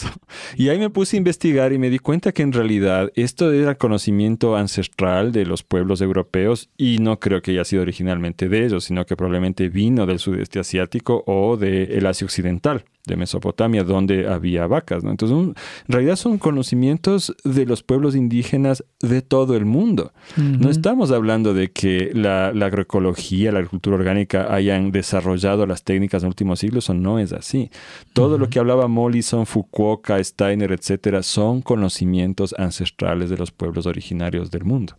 Claro, en el caso de mi abuelo, por ejemplo, no es que solo metía mierda de vaca, él metía la mierda de las llamas. Voy a hacer un salto de tiempo, porque en los próximos años básicamente estuvimos trabajando bastante en la comuna tuya, la comuna Tola Chica, que yo también fui comunero durante un tiempo, pero sobre todo estuvimos desarrollando los procesos de la red. Y de lo que tú te encargaste en esos años fue de dar la capacitación a los grupos campesinos. Y también en esos años me acuerdo que hubo un momento en el cual a ti te invitaron al Congreso Internacional de Permacultura, que era nuevamente en Brasil. Y había que desarrollar una presentación y tú me pediste ayuda y me acuerdo que nos sentamos a echarle cráneo y a la final hicimos así todo un PowerPoint que se llamaba la Ayllucultura. Y bueno, en parte era mofa. En realidad, en parte era burlarnos de toda la cuestión de cómo se conceptualiza desde el mundo occidental estos distintos movimientos y surge un movimiento y surge otro y todos se pelean y el de acá dice que es superior a la permacultura, el otro siempre es así. Entonces nos inventamos en una tarde sentados ahí otro más que se llamaba la Ayllucultura. Ahora, esto viene de Ayllu, que en quichua significa la familia extensa, pero no la familia papá, mamá, hijo, sino en realidad es más, ¿no? Son una red de relaciones. Y ahí Rogelio tú me decías, todo empieza con mi familia. Pero para que mi familia esté bien, yo necesito la huerta. Pero entonces la huerta también es parte de mi familia. Pero entonces también yo necesito abonar. Entonces ahí están también los animales. Pero ellos también son parte del Ayllu. O sea, el Ayllu también les incluye a ellos. Y nos fuimos volando más y tú decías, claro, es que el gavilán que viene y se lleva de vez en cuando un pollo, pero me ayuda a controlar las pestes, también es parte del Ayllu. Y el cerro, o sea, sin el cerro no habría mi Ayllu porque no habría agua ni nada. Y obviamente las nubes también son parte de mi Ayllu. Entonces, estábamos especulando de cómo a partir de esta idea del Ayllu andino uno puede realmente tener una comprensión tan profunda de cómo funciona la permacultura, la agroecología y construir a partir de eso, ¿no? Entonces eso para mí fue un proceso bien lindo cuando nos imaginamos esta cuestión porque me ayudó mucho a comprender y a conectar también con nuestras raíces. Entonces ahí viene un tema bien interesante. Vamos a hacer un corte respecto a tu historia, después volvemos. Pero es a donde queríamos llegar con esta entrevista. ¿Qué es para ti ahora la permacultura? Después de todo ese camino andado, después de haber visto a los compañeros soldados indígenas en Amazonía que conocían el bosque, después de haber visto a las cabras que criaste, después de haber estado en Brasil, después de haber presentado esto frente al Congreso y bueno, provocó todo un relajo ahí en el Congreso tu presentación, me acuerdo. Pero bueno, que a la final, ¿qué le sientes tú ahora a la permacultura? ¿Qué mismo es? Sí, es un poco bastante complejo decir en pocas palabras, ¿no? Pero yo ahora, y lo que sí puedo decir es que la permacultura es una constancia, es una evidencia justamente que no va a morir jamás, no va a morir jamás. Todos estos conceptos, todos estos temas, sí, todos estos elementos que obviamente han sido parte de la vida por miles de años, nosotros ahora no le damos ni siquiera interés. La sociedad moderna. Sí, y siempre usamos este discurso, ¿no? Sobre todo en las comunidades, por ejemplo, lo que dicen ahora los jóvenes, ¿no? Eso es cosa de viejos, cosa de los abuelos era de viejos, ¿no? Entonces, para mí ahora la permacultura es justamente como tú mismo mencionaste, ¿no? Es parte de un proceso constructivo del Ayllu. Si el Ayllu no está conjuntamente conectado, y ahí viene justo esto, ¿no? Del análisis funcional de los elementos, que son estas pequeñas herramientas como responsabilidades de los animales, responsabilidades con los bosques, responsabilidades con la chacra, con la huerta, ¿no? Yo por eso ahora digo también, hasta en eso nos hemos modernizado, ¿no? Para entender supuestamente de mejor manera, ¿no? Supuestamente. Porque para nosotros la chacra pasaría a ser como la zona 1. No es simplemente la zona 1 como ahora lo vemos desde otros contextos permaculturales. Bueno, la zona 1 ahí cerquita te haces tu espiral de hierbas y bueno, siembras unas lechugas y ya está. La chacra, comprendido como zona 1, es la diversificación de la vida. No solamente de unas 3 cositas, medicina, alimentación, todo lo que conecta justamente con este tema de la vida. Entonces, hoy por hoy, como menciono, ¿no? Que todas estas herramientas, todos estos elementos que tienen que estar conectados entre sí, funcionando cada uno de ellos y siendo eficientes, así era antes. Empezaba desde la familia, luego estaba tu comunidad, que eso se hacía más grande, luego estaba todo este tema social, ¿no? Económico, todo este tema de construcción, todo este tema del manejo de la tierra, todo este tema economía solidaria, lo que se habla. O sea, ¿a qué me refiero? A lo que hoy por hoy dentro de la permacultura se habla todo esto de la flor de la permacultura, ¿no? El Ayllu, si tú lo ves, era así, igualito como hoy. Por eso se sobreentiende y está muy claro que todos estos elementos, ¿no? Tenencia de tierra, salud, alimentación, sí, todos estos estaban conectados. Y en el centro estábamos nosotros, que es la vida como un Ayllu, como un pueblo, como la familia. Entonces, también ahí siempre yo digo, claro, por eso decía el abuelo, la plata no se come. Y también por esas razones siempre recuerdo y comparto yo esto, ¿no? Y les digo a los compas ahí en las comunidades, ¿comemos la plata o no comemos? Y claro, terminamos diciendo uno de los principios que es súper importante y que se dice, pues ya, bueno, que no hay que comprar comida, sino que hay que plantar comida. Y eso era por lógica de la vivencia del Ayllu. Si en esos momentos de vida uno no sembraba, y yo regreso a cuando yo era niño y veía, ¿no?, el patio lleno de granos, lleno de raíces y también un montón de animales. Por eso el abuelo decía, no necesitamos plata, y era real. Pero hoy por hoy no, pues no, hoy por hoy ya no tenemos ese contexto de la Ayllucultura. ¿Y por qué cultura? Porque cada cosa que hacíamos tenía una metodología cultural conectada hacia estos principios y éticas que son justamente de la permacultura. Por eso yo a veces digo, compas, ustedes lo viven, ustedes conocen. No hay que pensarlo dos veces en decir el respeto de la tierra, cómo lo respeto,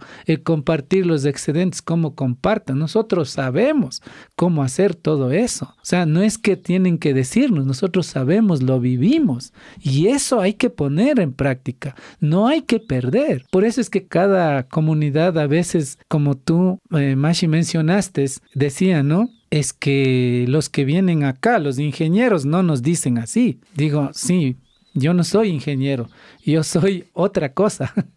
Y siempre terminamos justo en esto, ¿no? De que despolvoreamos justamente a los compas ahí. ¿Por qué? ¿Por qué dejan de hacer eso? ¿Por qué no seguimos practicando todas esas cosas de solo hablando de las éticas, ¿no? ¿Por qué no practicamos el respeto a la Pachamama, el compartir los excedentes?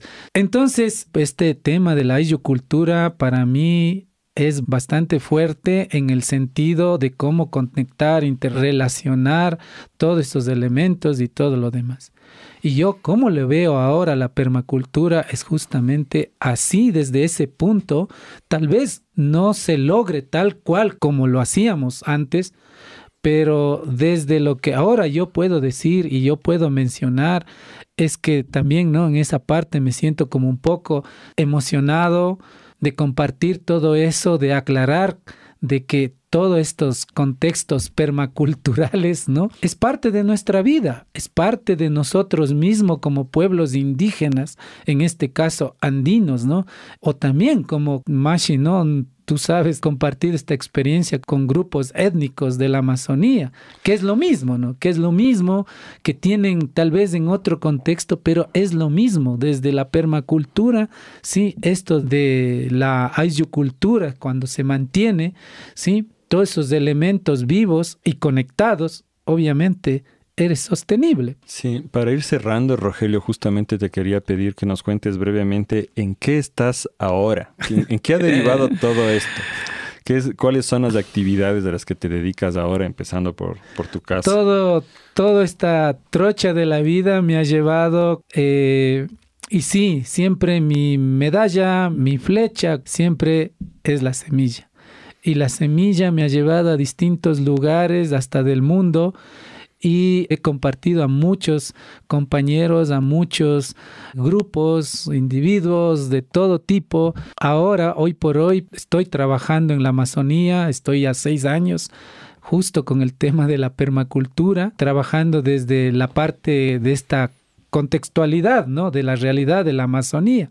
Dando talleres principalmente. Dando talleres, ¿no? o sea, cursos. Más de 500 estudiantes graduados ya. Sí, tengo más de 500 graduados, pero también hay que ser realistas en eso, pues hay un grupo bastante fuerte, como un 60%, ya están dependiendo solos por ellos. Antes me tocaba perderme una semana para estar haciendo todo el curso, toda la práctica, pero hoy por hoy este tema ya se ha disminuido porque hay compañeros que obviamente ya están súper claros este tema de ser ayllus, de cómo conectarse, de cómo hacer las cosas. Entonces están trabajando. Yo voy para cosas puntuales, como se dice. Entonces también estoy vinculado, ¿no? Como mencioné, ¿no? Con estos mashis de la Amazonía, con el territorio Shivyar, que terminamos también un curso de permacultura recientemente, muy interesante, desde otro contexto, pero con los mismos contextos de un ayllu, ¿no? Solo que ellos de una diferente forma de vida, nada más. Pero están viviendo su contexto permacultural. Y de ahí estoy trabajando también en la provincia de Tungurahua. Digamos Sierra Centro en general. Sierra Bolívar, Centro, Chimborazo, sí. Tungurahua y Cotopaxi. Más en tema de formación de semilleristas, en formación de justo empezar todo esto, ¿no? Y a veces siempre yo parto de justo desde mis realidades, de lo que contaba Mashi, ¿no? De cómo nos conocimos, de cómo empezamos todo esto de la red. Porque hoy por hoy justamente ONGs y todo lo demás no estoy cuestionando, pero, por ejemplo, ahí hay temas así súper claros, ¿no? Hablamos de agroecología, hablamos de esto, que ni sé qué, que ni sé cuánto, ya estamos listos y ahora. Pero yo siempre digo, somos finqueros agroecológicos, pero tienes una cerca de lupinos y tienes 3 lechugas y tienes ahí 3 coles y 3 brócolis. Y bueno, sí, estamos poniendo estiércoles de animales y con eso ya somos agroecológicos. Y desde mi punto de vista, tú ves desde la familia cómo está articulados. Y más aún, la agroecología, si es solamente hacer un cerco de lupinos y de sembrar 3 lechugas, pues no es nada complicado, pues, ¿no? Pero para mí, desde el punto de vista, con todas estas 2 herramientas que estoy mencionando, es un proceso que nunca va a acabar.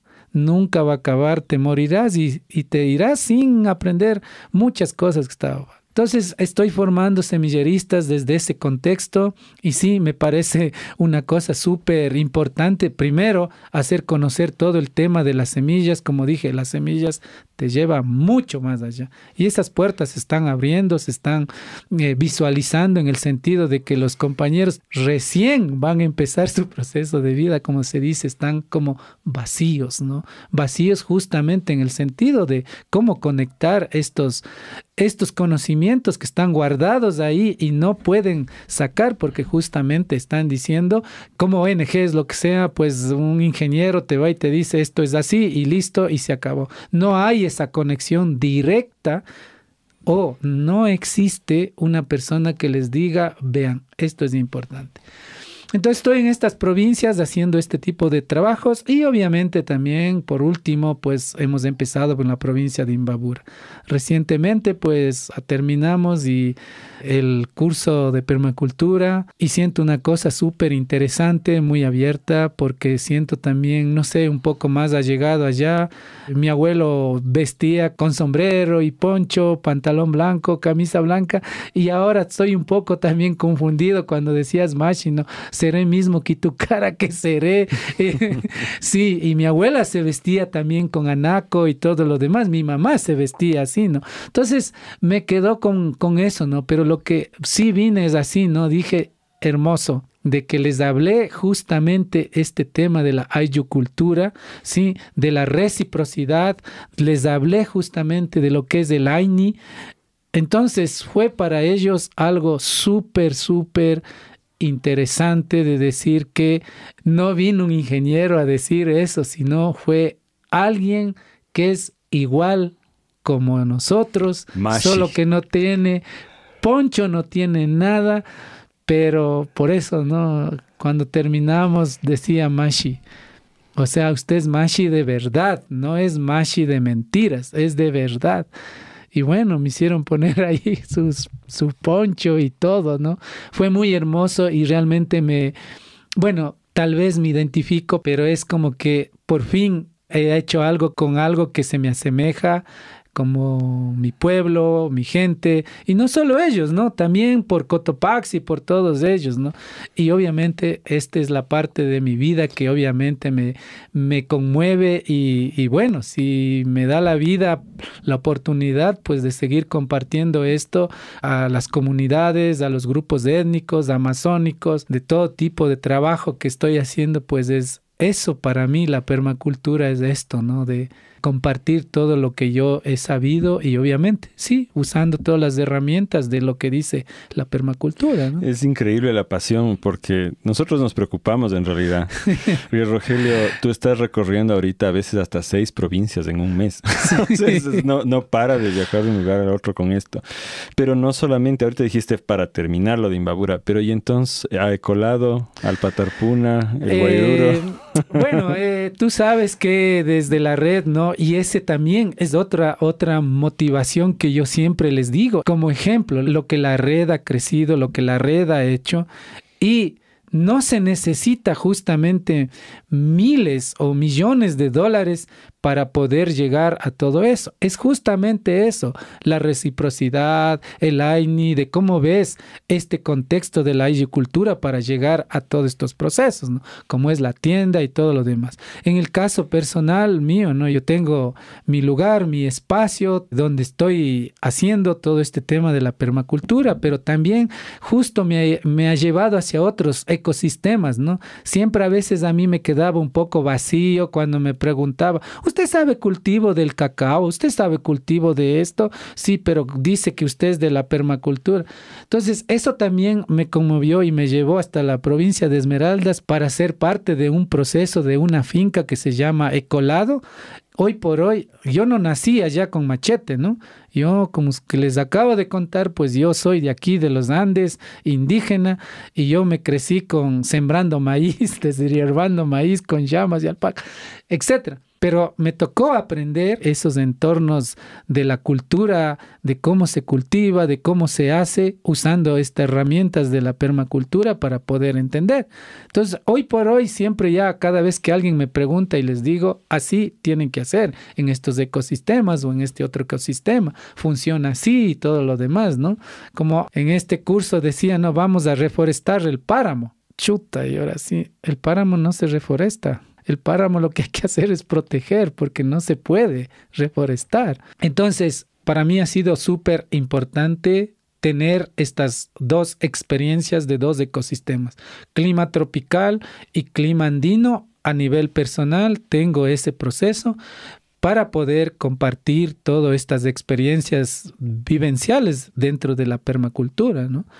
Eso, y bueno, ahí pues mis warmis. Tengo 3 warmis, una que es mi compañera, Marta, y mis 2, ya no son guaguas, mis 2 hijas, pues que están ahí trabajando justamente en estos procesos, como tú sabes, ¿no? Como compadre y como mashi, hemos ido discutiendo, conversando, hablando y todo lo demás, y se ha ido tejiendo como una verdadera telaraña. Es brutal porque cuando yo les conocí a ellas, tenían que 5 y 9 años o 7. No, tenía 6 años Joana y 4 años Michelle. Claro, ellas han crecido en la red a la final y ahora están trabajando sí. Ya. O sea, yo no sé cómo sucedió. No hubo un momento que les preguntamos o les planteamos si querían entrar a trabajar en la red. Ellas como que crecieron y ahí asumieron que así era, porque eso es un AISU, ¿no? Sí. Y simplemente ahora están trabajando ya en la red, ¿no? Joana es la administradora y Michelle está integrada a la tienda, porque tenemos una tiendita juntos que es del Guairuro, ¿no es cierto? Y tienes tú acá abajito nomás, somos casi vecinos al Patarpuna, que es tu ecocentro donde vives.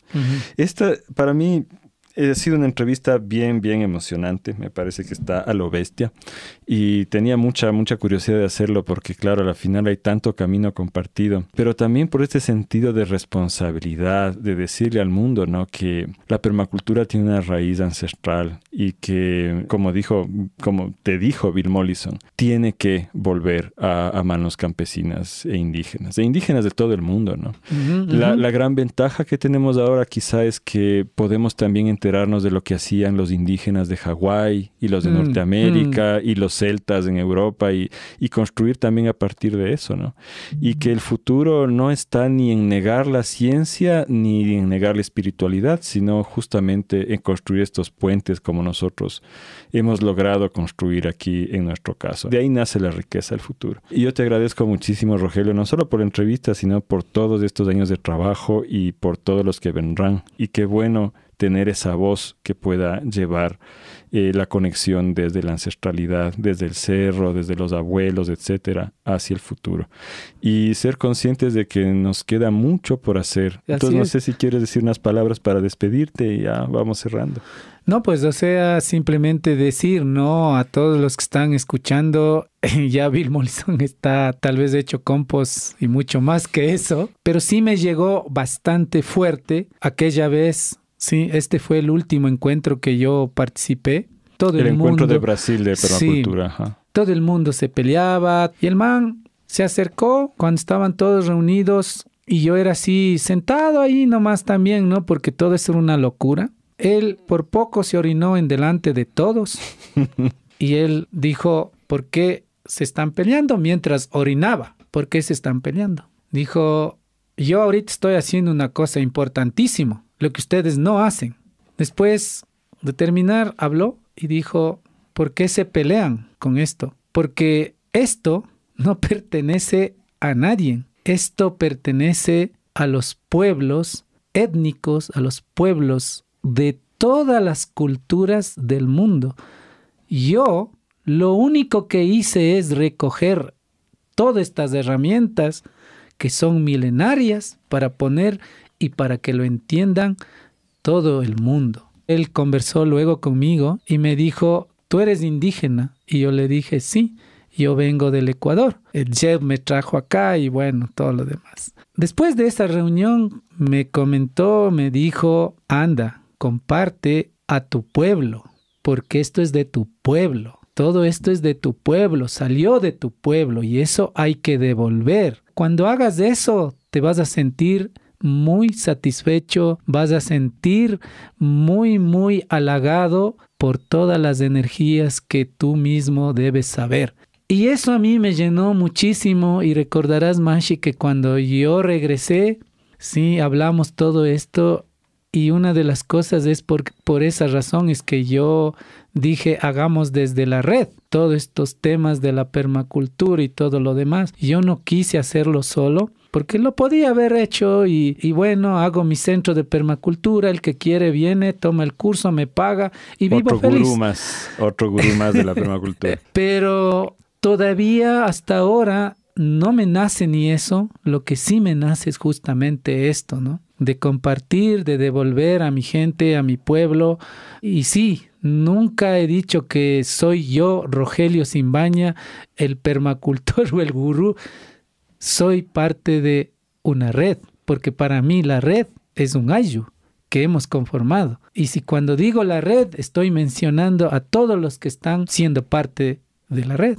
Entonces siempre comento también esto, ¿no? Y siempre digo y hablo con mi corazón muy abierto, muy humilde, como siempre hemos sido desde miles de años, ¿no? De compartir, de trabajar en conjunto, de poner a ver las cosas realmente como especie humana que somos para poder seguir siendo, pues obviamente, sostenibles, ¿no? Entonces nunca me he cerrado a nada. Nunca he dicho, no, yo no les quiero compartir esto. Les he compartido, como algunos, por ejemplo, me han dicho, ¿no? Oye, loco, después te van a quitar prestigio porque estás compartiendo eso y después él va a hacer. Y yo les he dicho, mejor. De eso se trata. Y si yo tengo que ir a dar un curso de permacultura, como me fui al territorio Agua, en donde sea, pues mi corazón y mi mente está abierto para hacer eso, porque eso aprendí desde la red, como Ayu, eso aprendí desde el grupo que estamos, como se dice, ¿no? Como Mashi, como todos los que estamos aquí trabajando desde la red. Muchas gracias, Mashi. Rogelio Simbaña es el instructor del curso Cultiva tu Alimento, que se publicará el 3 de junio en la plataforma Madre Semilla, www.madresemilla.com. Y pues seguiremos trabajando muchísimo en el futuro, Mashi, y nos seguirán escuchando. Muchas gracias, queridas y queridos oyentes. Espero que tengan un lindo día y que este pequeño pedacito de la experiencia de Rogelio sea una inspiración para todas y todos. Esto es Radio Semilla. Nos vemos el próximo episodio.